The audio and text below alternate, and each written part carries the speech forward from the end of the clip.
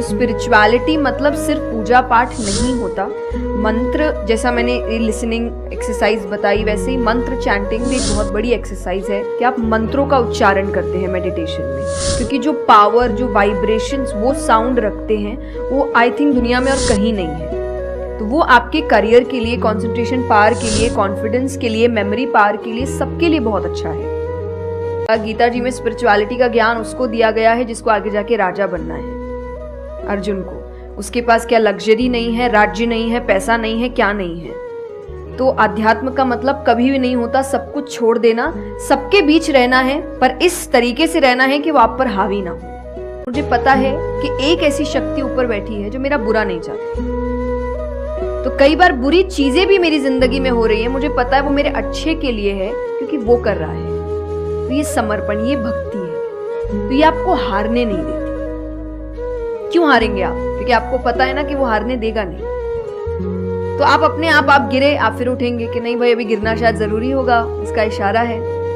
तो सबसे बड़ा दोस्त का आई थिंक क्वालिटी यही है, जो सपोर्टिव है लेकिन गलत चीजों में नहीं है। वो हर वक्त सही के लिए आपके पास खड़े हैं।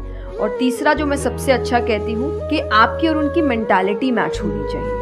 आपको ये समझना है कि अगर मेंटालिटी एक नहीं होगी तो भले ही आप अपने पेरेंट्स को कितना ही कह ले कि हम कुछ नहीं करेंगे, अरे हम तो सिर्फ घूम रहे हैं, अरे हम वैसा कुछ नहीं करेंगे, करोगे एक ना एक दिन जरूर करोगे, क्योंकि ये ह्यूमन नेचर है। आप जिसके साथ ज्यादा समय बिताते हो धीरे धीरे उसकी क्वालिटीज कुछ आपके अंदर आती है। तो इसीलिए मैं हमेशा कहती हूँ अपने अंदर के बच्चे को जिंदा रखिए, क्योंकि वो कभी भी ये नहीं देखता इससे मेरा फायदा होगा, या उसको अच्छी लगती है चीज और वो करता है। कई ऐसे एक्सरसाइजेज हैं जो आपको हेल्प करती है कंसंट्रेशन के लिए।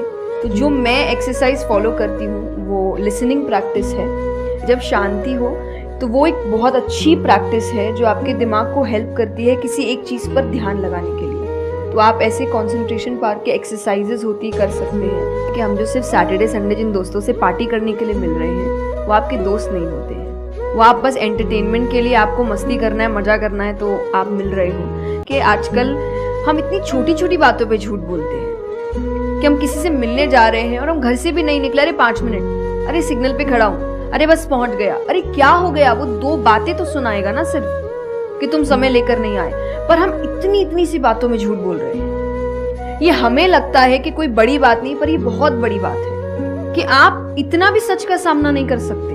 और फिर हमें लगता है कि हम लाइफ के जो प्रॉब्लम्स है उसका सामना कर लेंगे, खुद के सच का तो सामना कर नहीं पा रहे हैं। जिंदगी का सच सामने आएगा तब तो बैंड ही बज जाएगी पूरी। आज ये जमाना अलग हो गया है कि भगवान से भी लेन देन का मामला चल रहा है कि आप मेरा ये काम कर दो तो ये हो जाएगा, और काम एक भी नहीं हुआ तो भगवान बदल ले, कि भाई कहीं और माथा टेकते हैं, यहाँ तो काम हो नहीं रहा। तो ये भक्ति नहीं होती।